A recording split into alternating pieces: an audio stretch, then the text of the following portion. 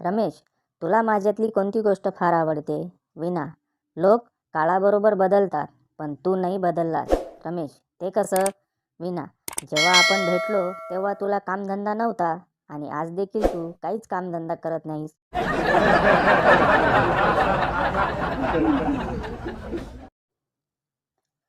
एकदा बॉस रमेश सोबत काही महत्त्वाची चर्चा करत असतो. तेवढ्यात रमेशला शिंक येते. ते पाहून बॉस रमेशला म्हणतो, तू फार मूर्ख आहेस. रमेश देखील हजरजबाबी होता. तो उत्तर देतो, बॉस, मी कधीच तुमच्यापेक्षा मोठा होऊ शकत नाही.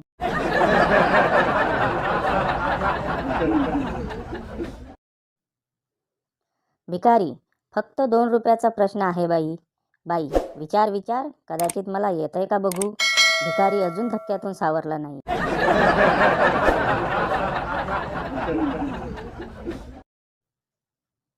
बॉस, मॅनेजर, आपल्या स्टाफमध्ये सर्वात जास्त काम कोण करतं हे कसं ओळखणार? मॅनेजर, बॉस, मी सर्वांना बोलवतो मग सांगतो. मॅनेजर सर्वांना बोलावतो आणि एकाचा हात पकडून सांगतो, बॉस, हाच तो. बॉस, तू कसं काय ओळखलंस? मॅनेजर, बॉस, मी याचा मोबाईल चेक केला. अजूनही याच्या मोबाईलची बॅटरी 98% आहे.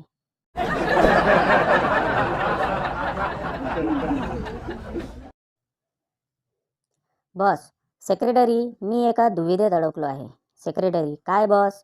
बॉस, शरीर म्हणतं व्यायाम नको आणि आत्म्याला जिलेबी व समोसे आवडतात.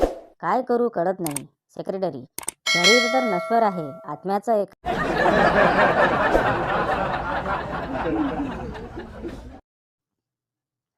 विनोद, कॉफी केवढ्याची आहे? कॉफी शॉपवाला, सर 200 रुपये.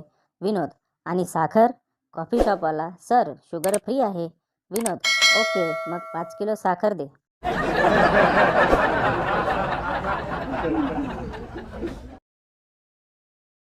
बायको, मी 2 तासासाठी बाहेर जात आहे.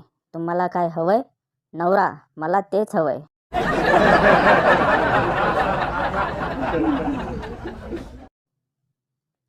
कॅल्शियमची गोळी हातातून खाली पडली तर तिचे 2 तुकडे झाले.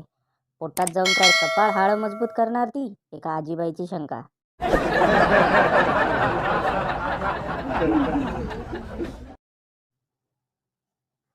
दरवाजा वाजवायचा आवाज येतो. बसंती, कोण? ठाकूर. ठाकूर. बसंती, आज लय मूडमध्ये दिसतोय. ठाकूर, नाही तो. बसंती, चल झुटा, सांग मग दरवाजा कसा वाजवला तू?